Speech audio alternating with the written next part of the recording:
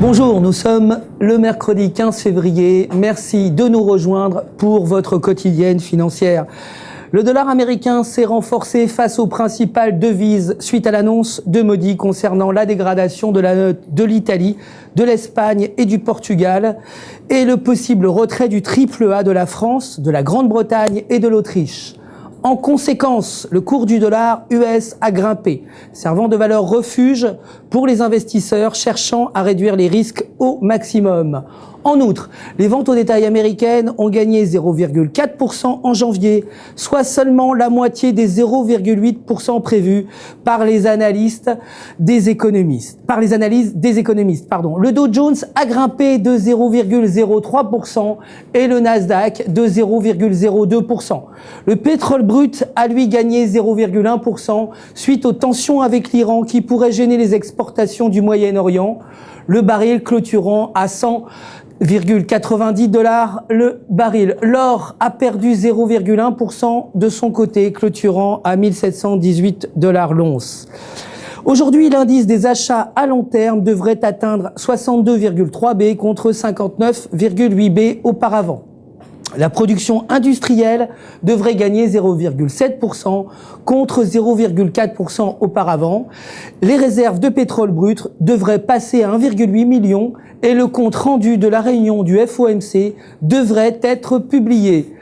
L'euro a baissé face au dollar après que l'agence Modi ait dégradé la note de la dette de 6 pays européens, y compris l'Espagne, l'Italie et le Portugal. Les investisseurs se rabattant alors sur des valeurs moins risquées. En outre, le Premier ministre du Luxembourg, Jean-Claude Juncker, a annoncé qu'il n'avait pas reçu les assurances nécessaires des chefs du gouvernement grec concernant la mise en œuvre réelle des mesures d'austérité. Dans tous les cas, même si la crise grecque trouvait une solution, c'est au tour de l'économie italienne d'inquiéter la région européenne.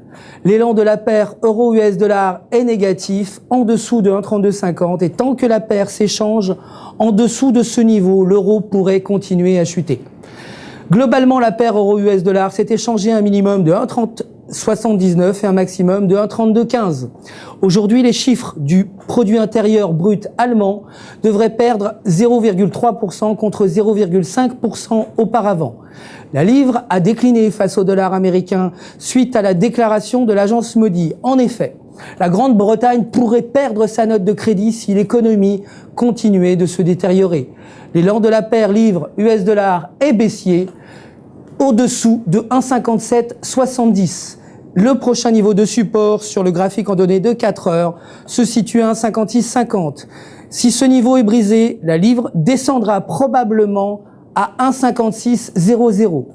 Globalement, la paire livre-US dollar s'est échangée à un minimum de 1,5644 et un maximum de 1,5789. Aujourd'hui, le rapport de l'inflation de la Banque d'Angleterre devrait être publié.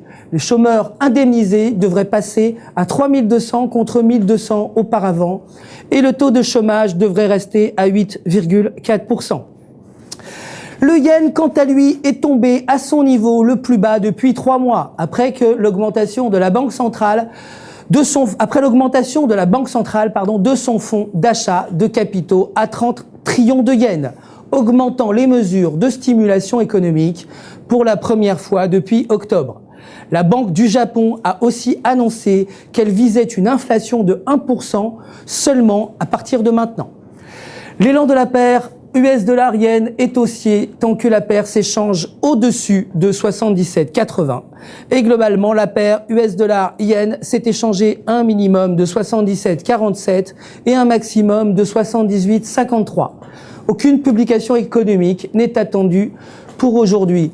Le dollar canadien, quant à lui, s'est renforcé face au dollar américain, alors que la devise du plus gros partenaire commercial du pays a grimpé et que le cours du pétrole brut, le plus gros marché d'exportation du Canada, a atteint son niveau le plus élevé depuis 3 semaines.